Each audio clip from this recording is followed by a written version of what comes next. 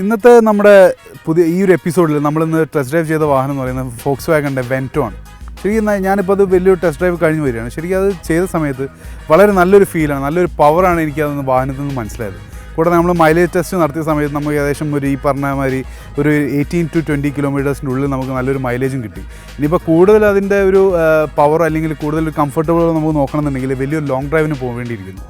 ശരിക്കും ഇനി അടുത്ത സെഗ്മെൻറ്റ് എന്ന് പറയുന്നത് ശരിക്കും ഇത് വാഹനത്തിൻ്റെ ലൈഫ്, അതായത് വെൻറ്റോ അല്ലെങ്കിൽ വോക്സ് വാഗൺ വെഹിക്കിൾസിൻ്റെ ലൈഫ്, അതിൻ്റെ കാര്യങ്ങൾ കുറിച്ച് പറയുന്നതാണ്. അപ്പോൾ നമുക്ക് അതിനെപ്പറ്റി പറയാൻ വേണ്ടിയിട്ട് നമ്മുടെ Fox വാഗണിൻ്റെ കാലിക്കറ്റിൻ്റെ customer relation executive mister Unais നമ്മളോടൊപ്പം ചെയ്യുന്നുണ്ട്. Unais, welcome to our show. പറയൂ. അപ്പം ഉനൈസ്, നമുക്കിപ്പം സാധാരണ കസ്റ്റമേഴ്സിന് വേണ്ടിയിട്ടുള്ളൊരു സെഗ്മെൻറ്റാണിത്.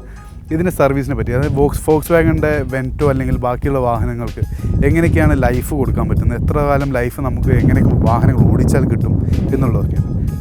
First of all engine life പറയുകയാണെങ്കിൽ ഇപ്പോൾ ഇറങ്ങുന്ന ഒത്തിരി വണ്ടികളുണ്ട്, എല്ലാ വണ്ടികളും അങ്ങനെ ലൈഫ് പറഞ്ഞിട്ട് ഇറക്കുന്നില്ല. ഒന്നാമത്തെ കാര്യം ലോങ് ലൈഫാണ്, ലോങ് ലാസ്റ്റിംഗ് എൻജിനാണ്. ഇപ്പോഴത്തെ ടെക്നോളജി അങ്ങനെയാണ് വരുന്നത്. പിന്നെ സർവീസ് എന്ന് പറഞ്ഞാൽ ഫോക്സ് വാഗണിനെ സംബന്ധിച്ചിടത്തോളം ഏത് model വണ്ടിയായാലും every 15,000 kilometre or 1 year which ever occurs first. അതായത് വണ്ടിയുടെ ഇൻ്റർവെൽ എന്ന് പറയുന്നത് ഒത്തിരി ഡ്യൂറേഷൻ ഉണ്ട്, 1 year വരെ. 15,000 കിലോമീറ്റർ ഇപ്പോൾ 2 months കൊണ്ട് കവർ ചെയ്താൽ തന്നെ നമ്മൾ നിർബന്ധമായിട്ട് സർവീസ് ചെയ്യണം. ഇനി അല്ല അതിപ്പോൾ 1 year ഓടി 1,000 കിലോമീറ്റർ വണ്ടി ഓടിയിട്ടുണ്ടെന്ന് വെച്ചാൽ അപ്പം ഇപ്പം ശരിക്കും പറയുകയാണെങ്കിൽ ഇപ്പം മറ്റുള്ള കമ്പനികളിപ്പം എക്സ്റ്റെൻഡഡ് ഈ വാറണ്ടി അല്ലെങ്കിൽ എക്സ്റ്റെൻഡഡ് ഇത് ചെയ്യാൻ പറ്റുന്ന ഇപ്പോൾ സർവീസ് എക്സ്റ്റൻഷനുമായിട്ട് ഒരുപാട് സംഭവങ്ങൾ ഇപ്പം മറ്റ് കമ്പനീസ് വരും. അതേമാതിരി എന്തെങ്കിലും ഫോക്സ് വാഗൺ സർവീസിൽ വരുത്തിയിട്ടുണ്ടോ? അതെ, വാല്യൂ ആഡഡ് സർവീസ് എന്ന് പറയുമ്പോൾ നമ്മളിപ്പോൾ വണ്ടി 2 year ആണ് കമ്പനി കൊടുക്കുന്ന വാറണ്ടി. ഓക്കെ, അത് കഴിഞ്ഞ് നമുക്ക് നെക്സ്റ്റ് 2 yearലേക്ക് ഇത് എക്സ്റ്റെൻഡ് ചെയ്യാൻ പറ്റും. ഓക്കെ, അതിപ്പോൾ വണ്ടി എടുത്തു കഴിഞ്ഞ് 23 monthsൻ്റെ ഉള്ളിൽ നമ്മൾ ചെയ്താൽ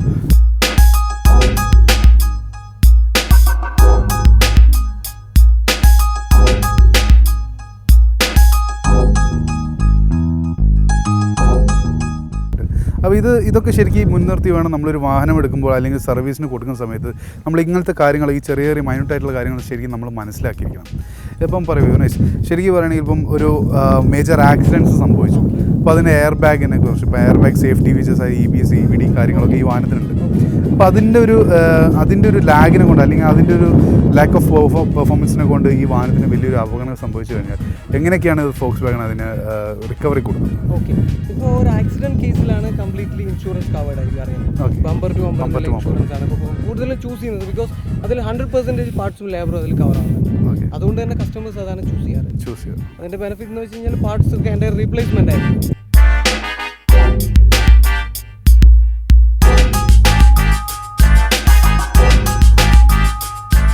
EBS EBD വാഹനങ്ങൾക്കുള്ള മാതിരി തന്നെ ഇപ്പം നമ്മളൊരു ശരിക്കൊരു പവർഫുൾ ബ്രേക്കിംഗ് സമയത്ത് ഇത് പെർഫോം ചെയ്യില്ല. ചെയ്യാതെ വരുമ്പോഴുള്ള ആക്സിഡൻറ്റ്സ് അതെങ്ങനെയാണ് ഫോക്സ് വാഗൺ കസ്റ്റമേഴ്സിന് അത് റിക്കവർ ചെയ്ത് കൊടുക്കുന്നത് എന്നുള്ളത്? ഇല്ല, അത് ചെയ്യാതെ ആ പെർഫോമൻസ് അവിടെ നിർബന്ധമായിട്ട് ഉണ്ടായിരിക്കും. ബിക്കോസ് ആ ഒരു ടെക്നോളജി അത്രയും അഡ്വാൻസ്ഡ് ആണ്. അത് ജനറൽ ചെക്കപ്പിലും പീരിയോഡിക് മെയിൻ്റനൻസിലും കസ്റ്റമേഴ്സിൻ്റെ വണ്ടി സർവീസ് സെൻ്ററിൽ വന്നു കഴിഞ്ഞാൽ നമ്മൾ എന്തായാലും ചെക്ക് ചെയ്തിരിക്കും.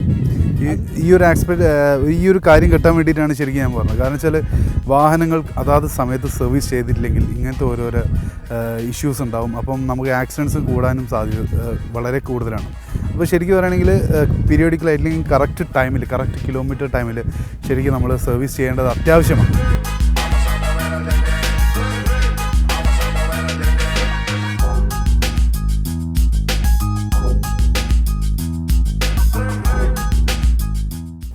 ഇപ്പം പുതിയ സർവീസിൽ വേറെ എന്തൊക്കെയാണ് പുതിയ കാര്യങ്ങൾ പറയാനുള്ള ഉദ്ദേശിച്ചത്? അതെ, പീരിയോഡിക് മെയിൻ്റനൻസിൽ നമ്മൾ അറിഞ്ഞിരിക്കേണ്ട ഒരു കാര്യം എന്ന് വെച്ച് കഴിഞ്ഞാൽ 4.3 liters ഓഫ് എൻജിൻ ഓയിലാണ് റീപ്ലേസ് ചെയ്യുന്നത്. ഓക്കെ, അത് 5W40 എന്ന് പറഞ്ഞ കാസ്ട്രോൾ ഫുള്ളി സിന്തറ്റിക് ആയിട്ടുള്ള ഓയിലാണ്. ഓക്കെ, അത് പുറത്ത് എവിടെയും അവൈലബിൾ അല്ല, ഓൺലി ഫോക്സ് വാഗണിൽ മാത്രം. ഓക്കെ, പിന്നെ വരുന്നത് 4 ഫിൽറ്റേഴ്സാണ്.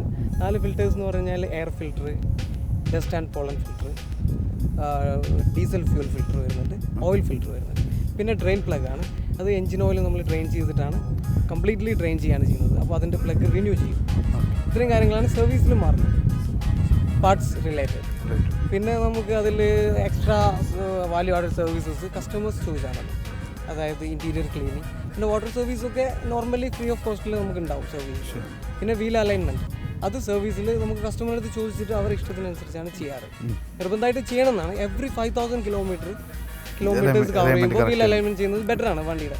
പിന്നെ നമ്മുടെ റോഡ് കണ്ടീഷൻസ് നേരത്തെ പറഞ്ഞ റോഡ് കണ്ടീഷൻസ്, ശരിക്കും റോഡ് കണ്ടീഷൻസ് വലിയൊരു ഘടകമാണ്. നമ്മളെ ഇപ്പോൾ ഒരു വാഹനം, ഇപ്പോൾ ഒരു ലക്ഷറി വെഹിക്കിളിനെ സംബന്ധിച്ചിടത്തോളം, ഒരു പ്രീമിയം സെഗ്മെൻറ്റ് വെഹിക്കിൾസ് സംബന്ധിച്ചിടത്തോളം, പ്രീമിയം എന്നല്ല ഏതൊരു വാഹനത്തിനെ സംബന്ധിച്ചിടത്തോളം റോഡിൻ്റെ കണ്ടീഷൻ വലിയൊരു ഘടകമാണ്. അനുബന്ധിച്ചിട്ടാണ് ശരിക്കും വാഹനത്തിൻ്റെ സർവീസ്. ഇപ്പോൾ റോഡ് കണ്ടീഷൻസ് മോശമാവുന്ന കൂടെ ശരിക്കും അത്രയും കിലോമീറ്റേഴ്സ്, ഇപ്പം ഫസ്റ്റ് സർവീസ് നമുക്ക് എത്ര കിലോമീറ്റേഴ്സ് വരും? 15,000 വരെ വെയിറ്റ് ചെയ്യേണ്ട ആവശ്യമില്ല. ശരിക്കും അതിന് മുന്നേ കൊണ്ടുപോയി കഴിഞ്ഞാൽ ഒരു സർവീസ് ചെയ്ത് തരും. കാരണം റോഡിൻ്റെ കണ്ടീഷൻ അതാണ്. ശരിക്കും ഒരു കസ്റ്റമർ ശരിക്കും നല്ല രീതിയിൽ അവരോട് പറയുകയാണെങ്കിൽ ഇങ്ങനെയാണ് സ്ഥിതി എന്ന് പറയുകയാണെങ്കിൽ അവർ ശരിക്കും ചെയ്തു തരും. അതിന് വില്ലിംഗ് ആയിട്ടാണ് ഫോക്സ് വാഗൻ്റെ കംപ്ലീറ്റ് സർവീസ് ടീമുള്ളത്. അങ്ങനെ തന്നെയാണല്ലോ അല്ലേ? മാത്രമല്ല നമുക്ക് എന്ന് വെച്ച് കഴിഞ്ഞാൽ അത് 15,000 വരെ ലാസ്റ്റ് ചെയ്യുന്ന രീതിയിലുള്ള പാർട്സ് ആണ് അതിൽ. ഓക്കെ, അതിൽ ധൈര്യമായിട്ട് നിങ്ങൾക്ക് വണ്ടിയായിട്ട് മൂവ് ചെയ്യാം. അതിനിടയിൽ നിങ്ങൾക്ക് ജനറൽ ചെക്കപ്പ് ചെയ്യാം. അത് കസ്റ്റമേഴ്സിൻ്റെ ഒരു വണ്ടിനോടുള്ള സാറ്റിസ്ഫാക്ഷൻ കാര്യം. ഓക്കെ,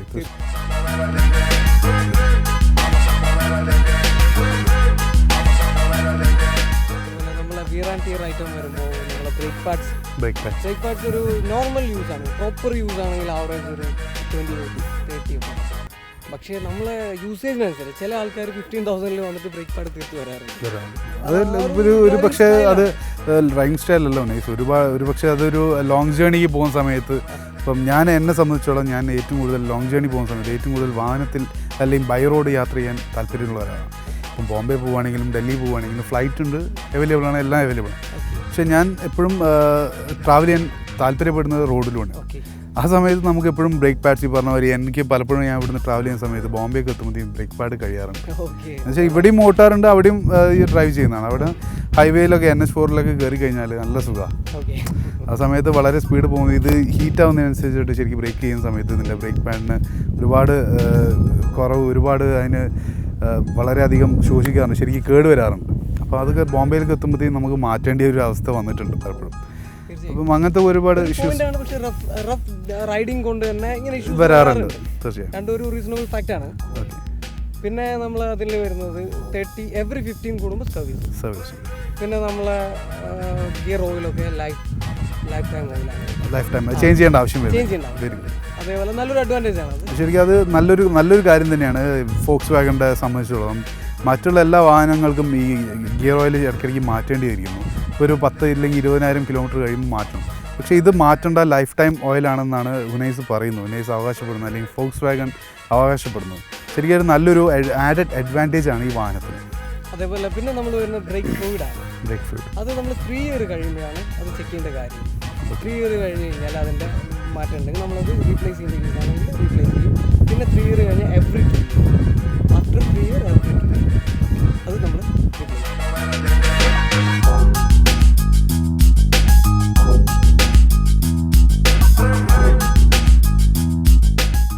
ഇപ്പം ഉനൈസ് പറഞ്ഞ രീതിയിൽ എല്ലാ സർവീസും കാര്യങ്ങളും കറക്റ്റ് ടൈം ചെയ്യണേ നമുക്ക് എത്ര ഇയർ ലൈഫ് കിട്ടും, എങ്ങനെയൊക്കെയാണ് ഇനി അത് കൂടുതൽ ഇപ്പം കസ്റ്റമേഴ്സിന് അറിയാൻ അല്ലെങ്കിൽ പ്രേക്ഷകർക്ക് അറിയാൻ താല്പര്യമുണ്ടോ? തീർച്ചയായും ഞാൻ പറഞ്ഞല്ലോ, എൻജിൻ എന്ന് പറയുന്നത് ഒരു ലോങ് ലാസ്റ്റിംഗ് എൻജിനാണ് വരുന്നത്. പിന്നെ വണ്ടിയുടെ ഘടന വെച്ച് നോക്കുകയാണെങ്കിൽ നമുക്ക് എന്തായാലും 5 to 7 years ഈസി ആയിട്ട് നമുക്ക് ധൈര്യമായിട്ട് യൂസ് ചെയ്യാൻ പറ്റും.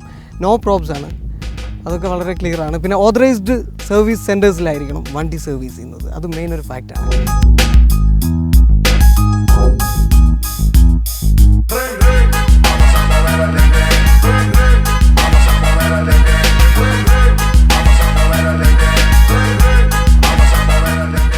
സർവീസ് റെക്കോർഡ് ഓൾവേസ് പ്രോപ്പർ ആയിരിക്കണം. അത് പ്രോപ്പർ ആവണമെങ്കിൽ ഓതറൈസ്ഡ് ഡീലേഴ്സിൽ തന്നെ നിങ്ങൾ സർവീസ് ചെയ്യണം. തീർച്ചയായും നിങ്ങൾക്ക് വണ്ടീൻ്റെ ഒരു പ്രോപ്പർ ഇത് കിട്ടും, ബെനിഫിറ്റ്. ശരിക്കും അത് പ്രേക്ഷകർക്ക് വലിയൊരു കാര്യമാണ് ഇപ്പം ഉനൈസ് പറഞ്ഞിട്ടുള്ളത്. എപ്പോഴും അതിൻ്റെ ഓതറൈസ്ഡ് ഡീലർ എടുത്ത് അല്ലെങ്കിൽ ഓതറൈസ്ഡ് സർവീസ് സെൻറ്ററിൽ തന്നെ വാഹനങ്ങൾ സർവീസ് നടത്തുക. അതല്ലെങ്കിൽ പുറത്ത് പോയിട്ട് ഇപ്പോൾ കാശ് ലാഭത്തിന് വേണ്ടിയിട്ടാണ് പുറത്ത് കൊണ്ടുപോയി ചെയ്യുന്നതെന്നുണ്ടെങ്കിൽ ആ കാശിന് ലാഭം അവിടെ കിട്ടും, പക്ഷേ വണ്ടിയുടെ ലൈഫ് കുറയും. അത് വലിയൊരു കാര്യം തന്നെയാണ്. അത് എപ്പോഴും എല്ലാ പ്രേക്ഷകരും എല്ലാ കസ്റ്റമേഴ്സും അറിഞ്ഞിരിക്കേണ്ട ഒരു കാര്യമാണ്. ഇന്നത്തെ ടെസ്റ്റ് ഡ്രൈവ് വാഹനമായ വെൻറ്റോയുടെ വിശേഷങ്ങളും അതിൻ്റെ സർവീസിൻ്റെ വിശേഷങ്ങളും നിങ്ങൾക്ക് ഇഷ്ടപ്പെട്ടു എന്ന് കരുതുന്നു. അടുത്ത ആഴ്ച മറ്റൊരു പുതിയൊരു വാഹനവുമായി ഞാനിവിടെ ഉണ്ടാകും. Until then, it's me, Vishal Menon, signing off. Bye bye.